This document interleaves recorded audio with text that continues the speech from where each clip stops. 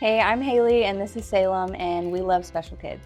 I found out I was pregnant out of the blue. It was not expected. After that, we did all the regular testing, and when we went to do the blood test at 12 weeks, we found out that she had Down syndrome. She was my first kid, my only kid. We didn't know how we were gonna handle it, but luckily we got into the Down Syndrome Association, and they kind of opened our eyes to places like special kids and daycares that helped with families who had kids with medical needs and other, responsibilities. I actually, when I was around 17, I got a job at Special Kids for the summer.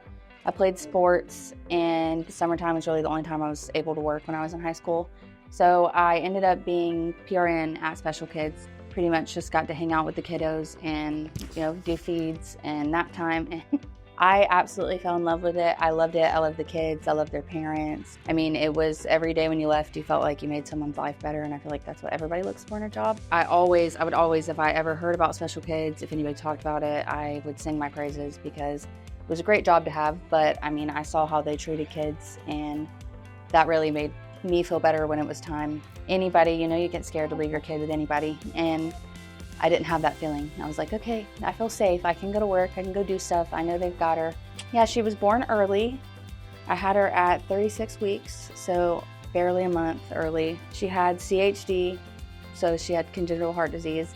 And then it was ASVD, and they had to repair her ventricle at 7 days old, I want to say, which is really scary when you're a first-time mom and you rarely know how to mom, and now you're having to deal with heart surgery. Yeah, it was scarier for her. She does have a G-tube, and she was on oxygen. And at the time, she had an NG tube, so it was in her nose. And a lot of daycares just didn't have the facilities to be able to facilitate having change an NG tube when your baby inevitably rips it out because it's a big yellow tube out of their nose. But we ended up deciding that, they have nurse one-on-one care, and we were doing at-home therapy, OT, PT, speech, feeding. And they offer all of that at Special Kids at their therapy center. Right down the road, they do it during daycare hours. So it just really worked out with her needs. So Special Kids has honestly changed our lives in more ways than one. It was hard to get her therapy how we needed her to get her therapy in my bedroom floor at the time.